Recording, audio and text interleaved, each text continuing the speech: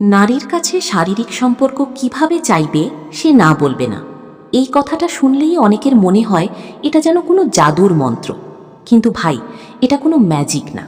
এটা আসলে আচরণ, সম্মান আর সঠিক মুহূর্তের খেলা। ধরুন, আপনি গিয়ে সরাসরি বললেন, এই শোনো, এরপর বাকিটা বলার আগেই গল্প শেষ। তাই শুরুতে একটু মিষ্টি, একটু হাস্যরস আর একটু বুদ্ধি, এই তিনটাই আপনার আসল অস্ত্র। প্রথমেই মনে রাখতে হবে, সম্পর্ক মানে শুধু শারীরিক কিছু নয়, এটা মানসিক সংযোগের উপর দাঁড়িয়ে থাকে। আপনি যদি আগে তার মন জয় করতে পারেন, তার সাথে সময় কাটান, তাকে গুরুত্ব দেন, তাহলে সে আপনাকে অন্যভাবে দেখতে শুরু করবে।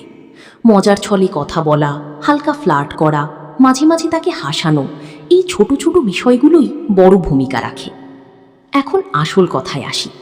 নারীর কাছে শারীরিক সম্পর্ক কিভাবে চাইবে সে না বলবে না, এর মূল রহস্য হলো, কখনো সরাসরি বা চাপ দিয়ে কিছু চাওয়া যাবে না।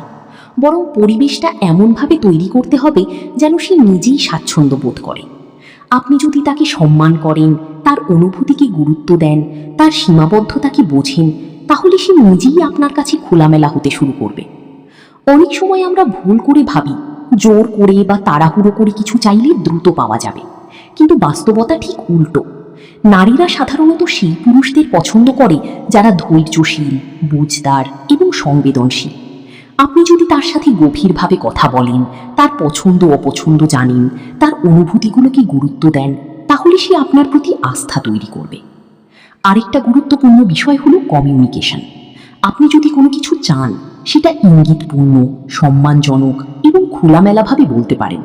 যেমন সরাসরি কিছু না বলি আপনি বলতে পারেন, তোমার সাথে সময় কাটাতে আমার খুব ভালো লাগে, অথবা তোমার কাছাকাছি থাকলে নিজেকে অন্যরকম লাগে।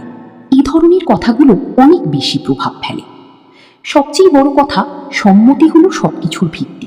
সে যদি না চায়, তাহলে সেটাকে সম্মান করা সবচেয়ে জরুরি। কারণ সত্যিকারের সম্পর্ক কখনো জোর করে হয় না, এটা পারস্পরিক বোঝাপড়া আর ইচ্ছের মাধ্যমে।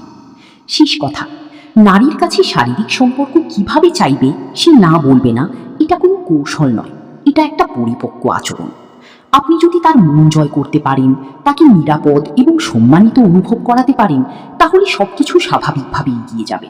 আর বিশ্বাস করুন, যখন সে নিজ থেকে এগিয়ে আসবে, সেই অনুভূতিটাই সবচেয়ে সুন্দর।